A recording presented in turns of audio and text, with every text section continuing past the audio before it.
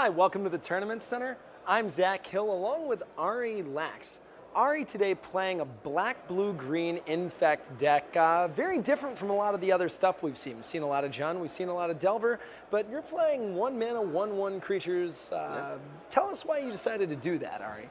So when I looked at this format, I was looking for something that was powerful and could win really fast because I didn't know exactly what other people would show up with. Sure. And the last Modern Pro Tour was very fast in a lot of combo decks.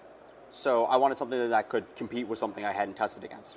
And so I looked at all the other options, and when I looked at a lot of the other combo decks, they were very inconsistent, and they had a lot of mulligan issues, and a lot of issues where they might only have 4 of their combo piece that they have to find. And then I came across this Infect deck, and this Infect deck is to play a ton of every piece.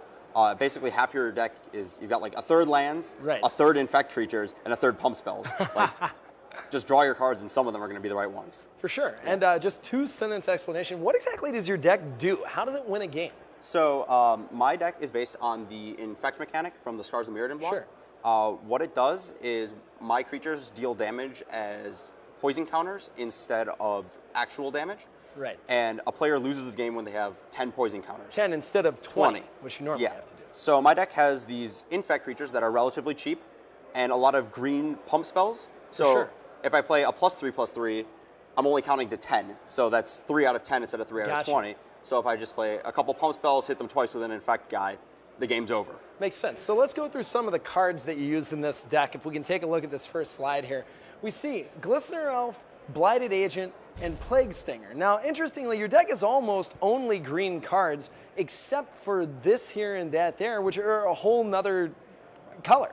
How did you decide that it was worth it to splash a color for 2 mana, 1/1 creatures with evasion? So one of the issues with the old standard Infect decks that I had played with was that your opponent could block your creatures, and you'd often have to use your pump spells in combat. So they block, your 1/1 with like a 3/3, and you just be like, okay, I don't want to lose my 1/1. I only have so many creatures. I have to giant growth here. Yeah. Or something like that. Right. If they're just not blocking, you just don't interact, and you're like, okay, I'll attack with this 1/1, give it +9/+9, good game. So the evasion is very powerful, and also it's very important that these cost 2 mana. Okay. Because you're aiming to kill on turn 3 or 4, and you want to be able to get it down right then. There's other options. I've actually seen people playing white for Lost Leonin, 2/1 Infect. Right. But I've just seen it getting blocked over and over. And you can deal that 1 extra damage with your pump spell. So yeah, exactly. Let's go ahead and take a look at those. If we can look at the next slide here, maybe the most important pump spell. By far. By far, Noble Hierarch. Now, it's a 1 mana creature. It doesn't have Infect. You told me earlier that the deck really took off when you started playing this card. On the surface, it doesn't really make a lot of sense. Tell us why Noble Hierarch is so important. So it's another thing to do on one that actually accelerates your game plan, so it makes you a little bit faster in that way. Okay. The fact that it taps for a green mana is very important because all your pump spells cost green mana, and you're casting a bunch of them in a single turn. Sure. So, for example, if you have a Vines of Vastwood and a Groundswell on turn 3, well, that's 3 green mana you need and the land drop. But even if your land doesn't make green, you have Noble Hierarch makes it green, and your 2 other lands probably do. Which, incidentally, when you add this Exalted trigger, so you have 1 from, say, a Blighted Agent attack. Okay. You have 1 from this Exalted here.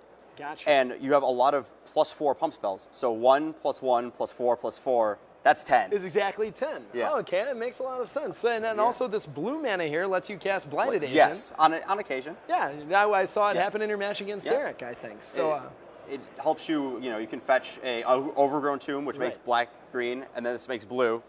Yeah.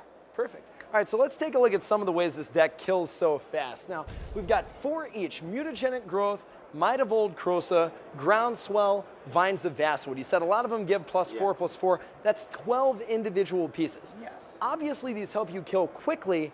Are there any other benefits to these cards besides the combo kill? So Mutagenic Growth is very important against decks with Pyroclasm and Jund Charm. Okay. So those do 2 damage to all creatures. Right. So they're going to do 2 damage to my 1/1 +2/+2. And easy. It costs Phyrexian mana, so you can do that even if you're tapped regardless. out. Sure. Vines of Vastwood is also very important. All right, let's take a look at it. Yeah.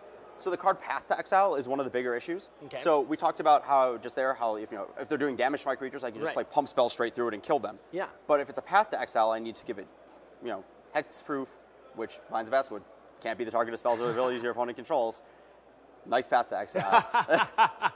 Awesome. So let's take a look at the rest of the deck and the cards that fill it out.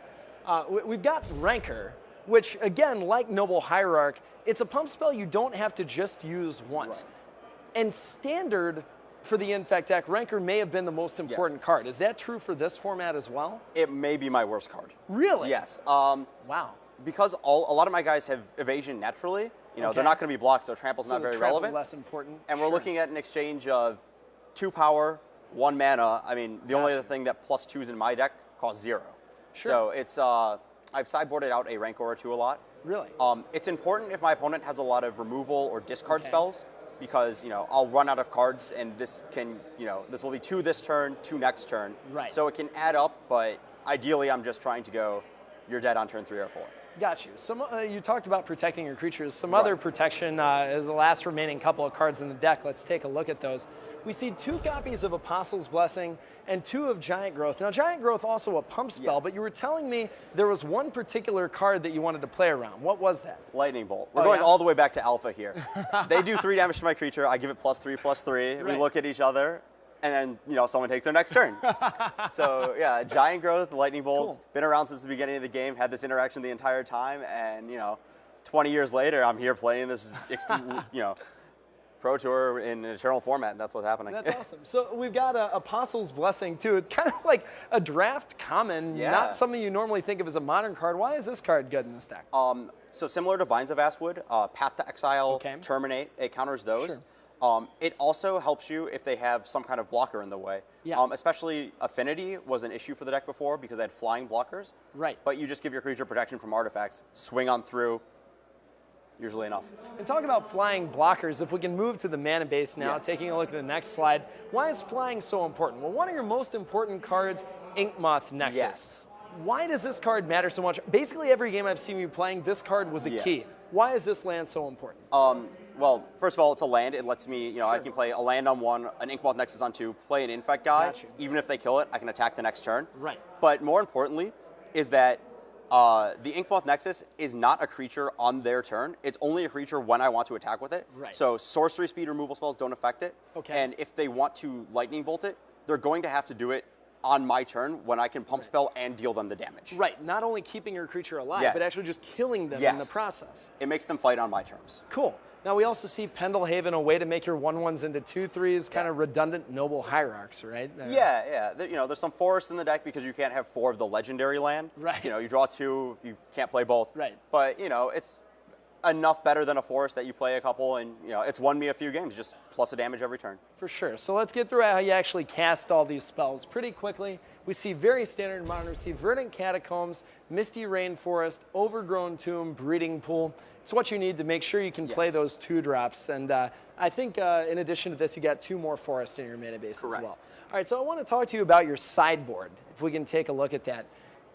Very interesting choice of cards right here. Nature's Claim, 4 copies. What artifacts and enchantments do you care so much about that you're playing 4 of this? Cranial Plating and Affinity blockers are one. Really? And Spellskite is another. Spellskite can redirect all of my all my pump spells to it, which is a very big issue. Yeah. Especially because they're paying life, and I'm not really dealing damage to them. Right, unless you're Noble Hierarch beating down. It's happened once, but probably not again. But I mean, you'll notice the drawback on Nature's Claim is they gain life, but I'm not dealing that kind of damage to them, so that's not the game I'm playing. Cool. So Affinity is one of the more important matchups for me to have cards for, and I have 4 of this card for that matchup. All right. It's also effective against the card Splinter Twin and their Spellskites. Right. So it does a lot of work. Right. Now we see your own Spellskites as well. Yes. Also good for eating up removal spells from decks like Jund and stuff, right? Yeah, there's just a lot of fair decks that I want a couple Spellskites in to supplement the Apostle's Blessings against Terminates or Paths. Cool. Now we see Grafdigger's Cage against any graveyard shenanigans, also against Birthing Pod. Birthing Pod, yes. Let's take a look at the final couple of cards, because Ari was talking to me about these a second ago. 3 Dismember and 3 Thoughtseize, which you said has actually been pretty key to your game plan. Why are each of these cards so important? Again, worth splashing like basically an entire color into your deck for. So there's a lot of decks, again, Splinter Twin, that Dismember is very powerful against, and a lot of the Birthing Pod decks. So it helps me disrupt a lot of things, especially the other card is Restoration Angel. So again, flying blockers, I have to kill them. But Thoughtseize, so my deck's already trying to be faster than a lot of the other combo decks, but sometimes you can't race, sometimes they're the best hand. I have the best card against all the combo decks. It just disrupts them usually ends the game on the spot by taking the card that matters.